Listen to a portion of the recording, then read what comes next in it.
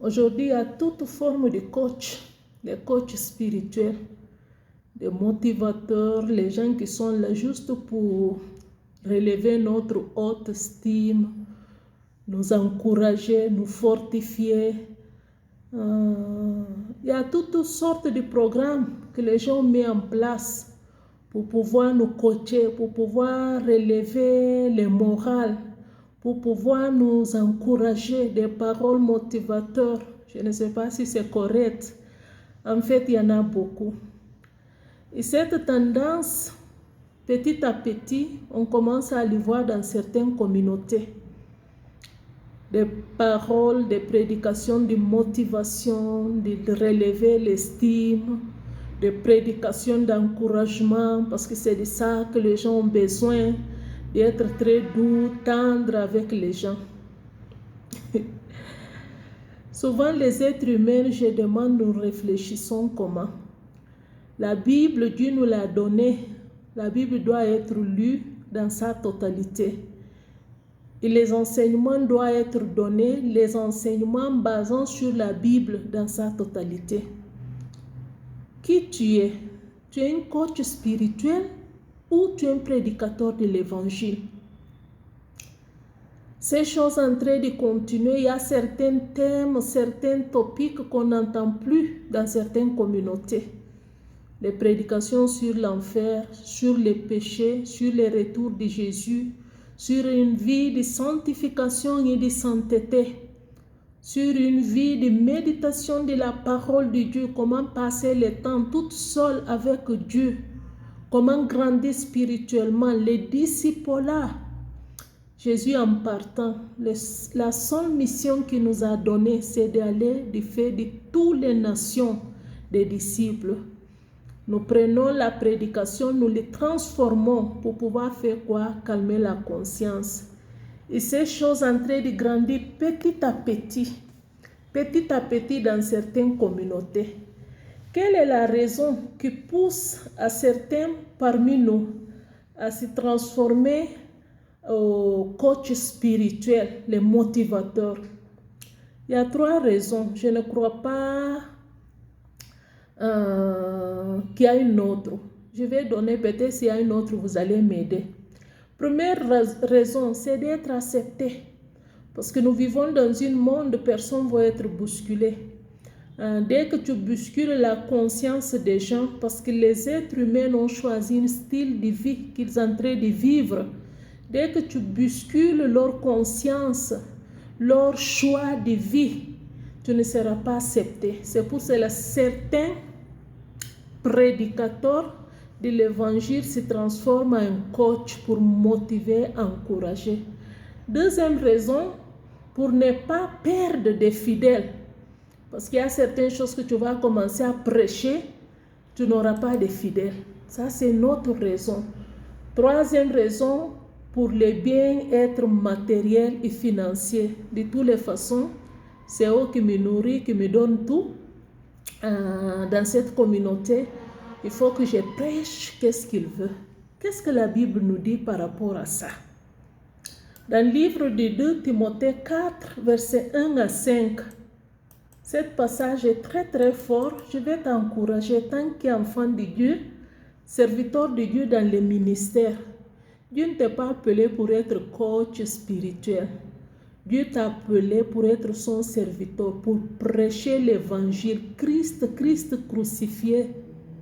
Disciple-là, c'est pour cela que Dieu t'a appelé. La Bible nous dit ceci. Je t'en conjure devant Dieu et devant Jésus-Christ, qui doit juger les vivants et les morts, et au nom de son apparition et de son royaume. Prêche la parole, insiste en toute occasion, favorable au nom, reprend, censure, exhorte avec toute douceur en insistant. Car il viendra un temps où les hommes ne supporteront pas la sainte doctrine, mais ayant la démangeaison d'entendre des choses agréables, Ils se donneront une foule de docteurs selon leurs propres désirs. Selon leurs propres désirs. Détourneront l'oreille de la vérité. Ils se tourneront vers les fables. Mais toi, sois sobre en toutes choses. Supporte les souffrances. Fais l'œuvre d'un bon évangéliste. Remplis bien ton ministère. Remplis bien ton ministère. Lorsque Dieu t'a appelé pour prêcher la parole. Lorsque Dieu t'a appelé pour dispenser sa parole telle qu'elle est, sans compromission, sans complaisance, sans tenir compte qui va l'accepter, qui ne va pas l'accepter. Sans venir couvrir une partie de cette parole, soi-disant pour ne pas choquer, être politiquement correct. Nous ressemblons des païens qui n'ont aucun engagement avec le ciel. Ils s'assoient, non seulement la vie n'est pas conforme aux Écritures, mais ils populent nos communautés, ils veulent que nous prêchions qu'est-ce qu'ils veulent. Qu'est-ce qu'ils veulent? La Bible dit qu'ils auront les démangeaisons d'entendre les choses qui les plaisent. C'est pour ça que certains messages ont disparu nos pupitres. Certains messages ont disparu dans la bouche des prédicateurs du Dieu vivant. Nous devenons des coachs, des motivateurs, des paroles de motivation. On nous traite de gentils. Paul a continué, verset 5, il dit, mets-toi, sois sobre. Sans ivresse, ça veut dire reste concentré. Parce que ceux qui boivent là, ils ne savent pas qu'est-ce qui se passe autour d'eux. Toi, reste concentré. Sois lucide. Sois lucide. En toutes choses, supporte les souffrances. C'est ces souffrances qu'on ne voit pas. Souffrance d'être critiqué parce qu'on enseigne des bonnes paroles de Dieu, mais parce que ça heurte leur conscience, leur attitude pécheresse dans l'église. Ils ne veulent pas. On ne va pas être critiqué. On ne va pas qu'on nous coupe peu, qu'ils nous donnent, ils nous invitent chez eux, on mange, on revient, on est content. Et ils ne vont pas ça. Paul dit à Timothée, supporte la souffrance. Parce que c'est lui qui nous a appelés fidèles et justes. Il est fidèle et juste.